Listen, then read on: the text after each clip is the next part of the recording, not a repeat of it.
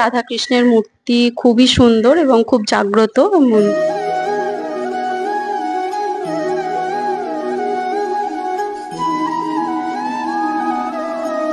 এত গাছপালা রয়েছে যার জন্য নানান প্রজাতির পাখি কিন্তু এই ডালে এসে বসছে।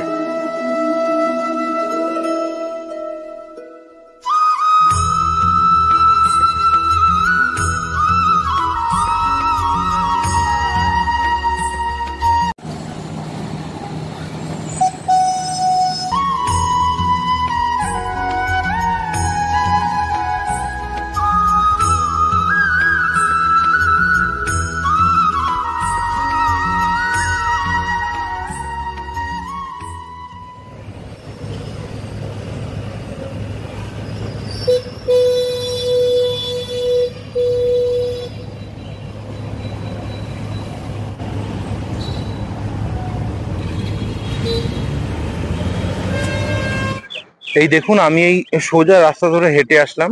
সোজা রয়েছে শ্যামবাজার 5 রাস্তার মোড়। আপনারা যদি কেউ বাসে করে আসতে চান তাহলে কিন্তু এই শ্যামবাজার 5 রাস্তার মোড়ে নামতে পারেন। সেখান থেকে আপনারা সোজা চলে আসবেন, একদম শ্যামবাজার 5 রাস্তার মোড়ে নেমে আপনারা কিন্তু সোজা চলে আসবেন। এই দেখুন, এপাশেই রয়েছে শ্যামবাজার মেট্রো স্টেশনের 3 নম্বর গেট, আর এপাশেই রয়েছে মনিন্দ্র কলেজ। আপনারা যদি কেউ মেট্রো করে আসতে চান তাহলে শ্যামবাজার মেট্রো স্টেশনে নেমে গেট নম্বর 3 থেকে বেরাবেন। গেট নম্বর 3 থেকে বেরিয়ে এই যে পিছন দিকে যে রাস্তাটা চলে যাচ্ছে, মাত্র 250 মিটার হাঁটলেই কিন্তু আজকের গন্তব্যে আমরা আজকে পৌঁছে যাব। আর এপাশেই রয়েছে মনিন্দ্র কলেজ। চলুন এবার সরাসরি মন্দিরের সামনে গিয়ে দেখা হচ্ছে। এই যে দেখুন, শ্যামবাজার মেট্রো স্টেশনের গেট নম্বর 3, এই যে 3 নম্বর গেট রয়েছে। 3 নম্বর গেট থেকে বেরিয়ে তার গা ঘেঁষেই যে রাস্তাটা চলে যাচ্ছে, মাত্র 250 মিটার হাঁটলেই কিন্তু আপনারা আপনাদের গন্তব্যে আজকে পৌঁছে যাবেন।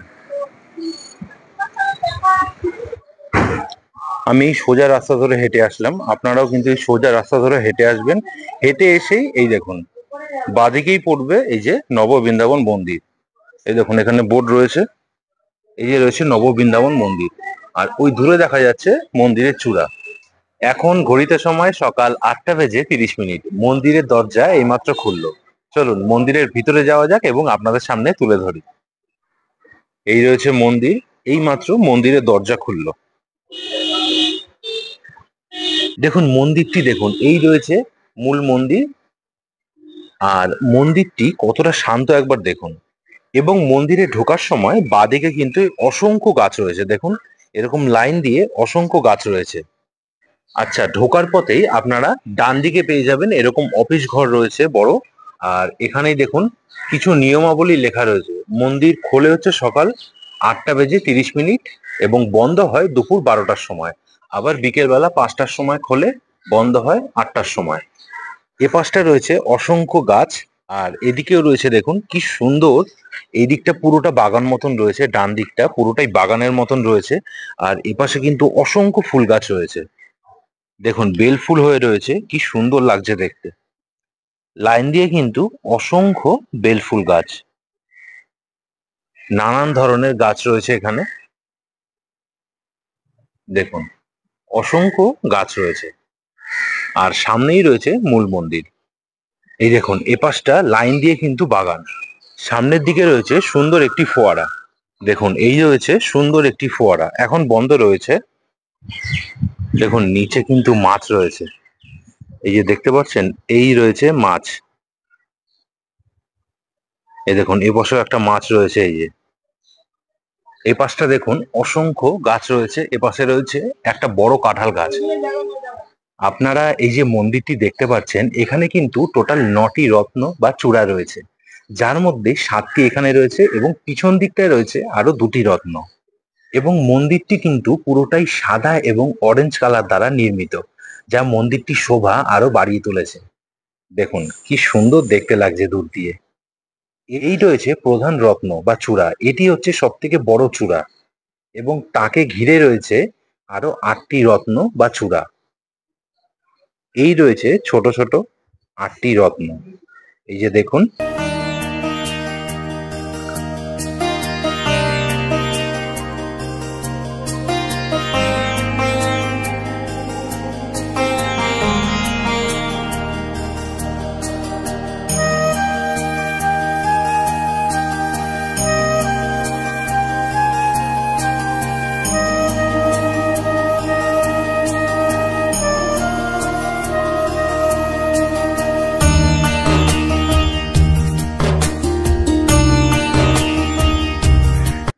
দেখুন সামনের দিকে একটা বড় রথ রয়েছে, কিন্তু রথের সময় কিন্তু এখানে বেশ জাঁকজমক করে পুজো দেওয়া হয় এবং এই রথটাই এই অঞ্চলের চারিপাশে ঘোরানো হয়।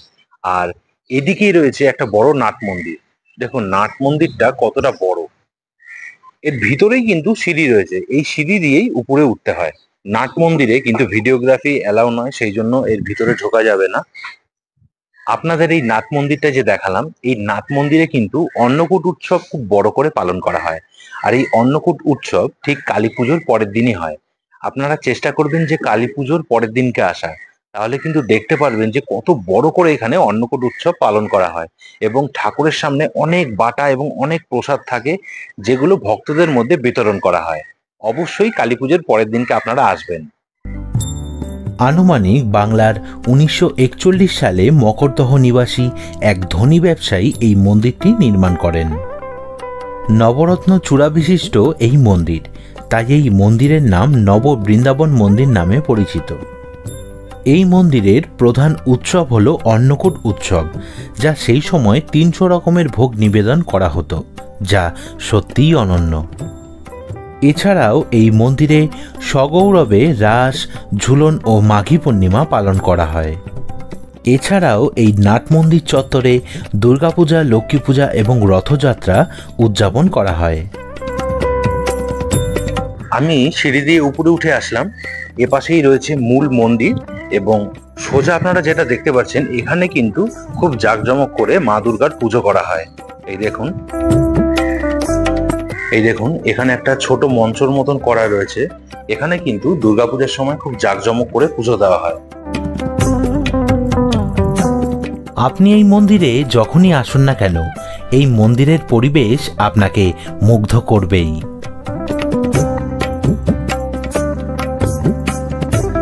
আপনারা সিঁড়ি দিয়ে উঠেই এই ডান দিকে পেয়ে যাবেন, এই রয়েছে নাট মন্দির। এর ভিতরে কিন্তু ভিডিওগ্রাফি কিন্তু অ্যালাউ নয়, তার জন্য আমি দূর দিয়ে আপনাদের দেখাচ্ছি। একবার নাট মন্দিরটা দেখুন কতটা বড়, আর এই সামনেটা, এখানেই কিন্তু নাট মন্দিরের মেন পুজো দেওয়া হয়। ঠিক কালী পুজোর পরের দিনকে আপনাদের যেরকম বললাম, আপনারা কালী পুজোর পরের দিনকে আসবেন। এই মাঝখানটা কিন্তু অন্নকূট উৎসব পালন করা হয় এবং অনেকটা জায়গা জুড়ে এই নাট মন্দির। এই মন্দিরটি সকাল 8:30 থেকে বেলা 12টা এবং বিকেল 5টার থেকে রাত 8:30 পর্যন্ত খোলা থাকে।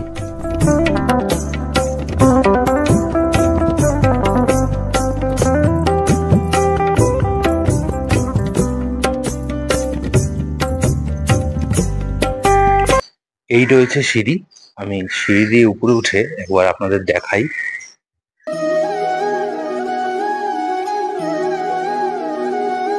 আপনারা দেখতে পাচ্ছেন যে রাধাকৃষ্ণের মূর্তিটি যেই বেদির উপর অবস্থান করছে, সেই বেদিটি কিন্তু দেখতে এক কথায় অসাধারণ।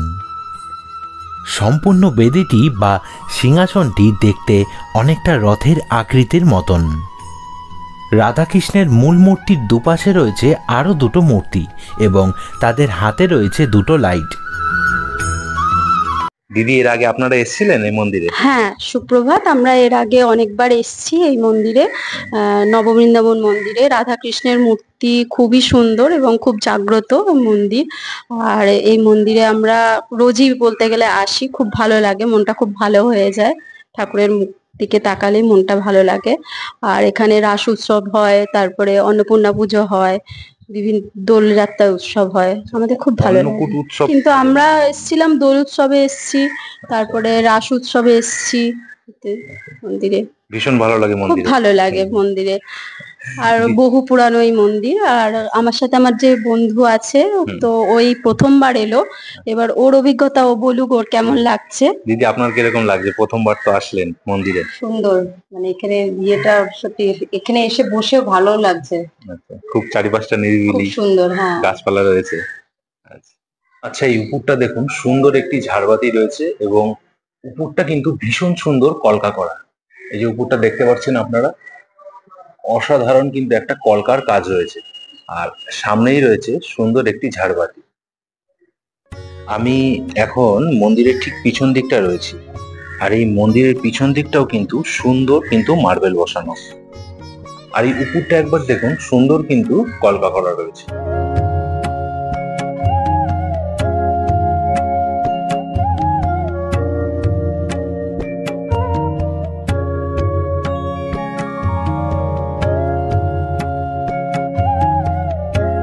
মূল মন্দিরের উপরটা একবার দেখুন, এখানে কিন্তু দুটো ছোট ছোট ময়ূর রয়েছে, যা দেখতে অসাধারণ লাগছে।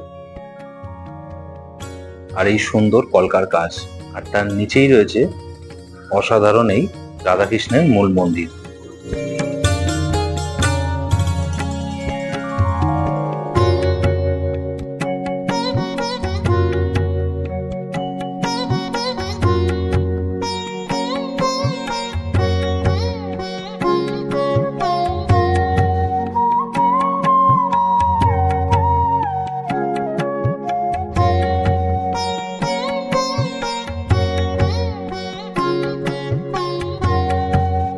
বন্ধুরা, আরেকটি তথ্য আমি আপনাদের দিই, যা আমি এইমাত্র মন্দিরের কর্মকর্তার থেকে জানতে পারলাম। আপনাদেরকে যে বললাম এখানে অন্নকূট উৎসব খুব বড় করে পালন করা হয়। এই অন্নকূট উৎসব কালী পুজোর পরে, অর্থাৎ যেদিনকে আমাবস্যা শেষ হচ্ছে তার ঠিক পরের দিনই কিন্তু পালন করা হয়। আপনারা একবার খোঁজ খবর নিয়ে যে কবে অন্নকূট উৎসব রয়েছে সেদিনকেই আসবেন। এই দাদা এইমাত্র এই ফোয়ারাটি চালু করলেন, দেখুন ছোটখাটোর মধ্যে দেখতে কিন্তু অসাধারণ লাগছে। এই দেখুন ছোট্ট একটি ফোয়ারা, আর নিচে রয়েছে অসংখ্য মাছ। তো বন্ধুরা, কিরকম লাগলো এই নববৃন্দাবন মন্দিরটি? অবশ্যই কিন্তু কমেন্ট করে জানাতে একদম ভুলবেন না।